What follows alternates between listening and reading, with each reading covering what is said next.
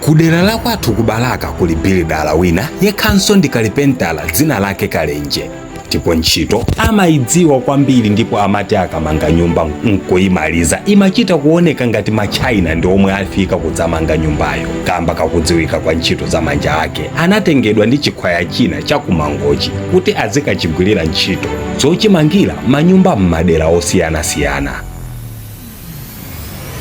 Ankagwira ntchito zotamandika kwambiri kwa chikhwayacho, ndipo chikhwayacho chinali chokondwa kwambiri ndi mmene Akalenje ankagwirira ntchito yawo.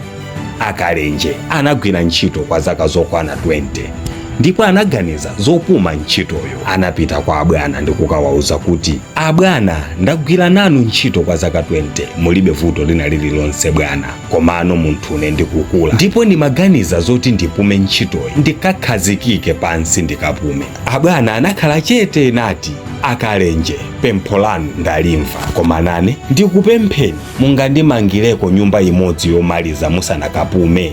Ndipangireni chimenechi ndipo mutha kumakapumula.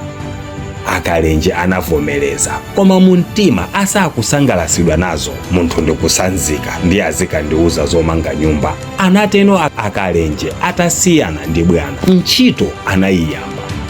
Mtima usali m'malo, ndipo ntchitoyo samayigwira monga momwe amagwirira ntchito zina zonse. Khoma losalimba, matabwa achiswe, zitseko zosakongola, ndipo itatha. Inali nyumba yosasangalasa m'maonekedwe ndi yosalimba, yosakondolesa kumaso kwa anthu. Ndipo atamaliza anapita kwa bwana ndi kukawapasa makiyi a nyumba nati, bwana, pempho lanu lokumangirani nyumba yomaliza ija ndakwanirisa, mungandilole ndizipita? Ndipo bwana anati, Akalenje, ndinu munthu wabwino kwambiri ndipo ndakhala nanu mwaubwino. Pachifukwa ichi nyumba ndinakuwuzani kuti mundimangire komalizayo sinali yanga koma yanu, ngati chithokozo pakukhala nanu bwino. Akalenjeto anatuluka mu ofesi ya bwana manja ali mmutu poganizira kuti agwira ntchito zapamwamba, manyumba olimba koma yawo yayiwowo. Anamanga nyumba yopanda pake kamba koti inali ntchito yomalizira. Ndikanadziwa kuti nyumba imene ikhala yanga ndikanayimanga molimba mwa makono kuposanso manyumba onse ndakhala ndikumanga kumbuyoku, anateno Akalenje, ndipo zikuwawa kwambiri mu mtima, koma inali too late kuti angamangenso nyumbayo.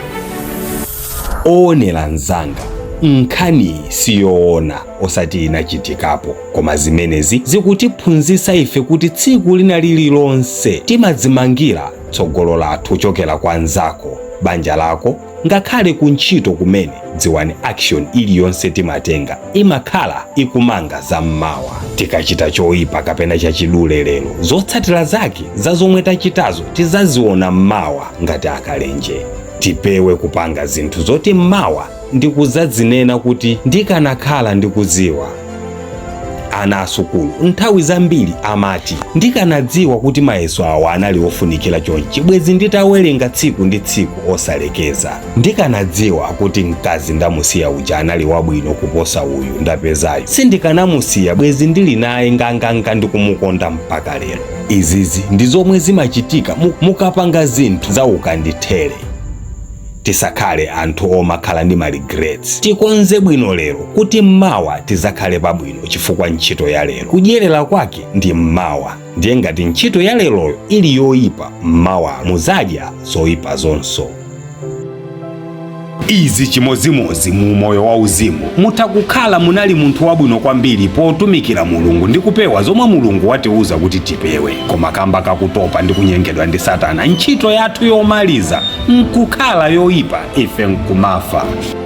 Ndine Dini Studios tapanganiko ni share nkhani ya Akalenje. Mwaonapo komanso kumva za achilisi amankhwala ena ndi ena, koma kodi munamvapo za dokotala uyu amene amathandiza moyenera komanso mwachangu? Munthu ameneyu ndi Dr. Musa Simple Man. Munthu ameneyu amachilisa matenda osiyanasiyana monga mphumu, likango, ma-answers, mauka, BP ndi sugar, stroke, kaya muli ndi vuto la kuchipinda munasiya kuchangamuka kalekale, iyenso amathandiza komanso ndi matenda ambiri opasirana pogonana. Bwerani muzathandizidwe mwachangu ndi moyenera ndipo muchifuniro cha Mulungu muzachilitsidwa. Musa Doctor akupezekera ku Malawi ndipo amayenda dera lina lililonse nathandizana.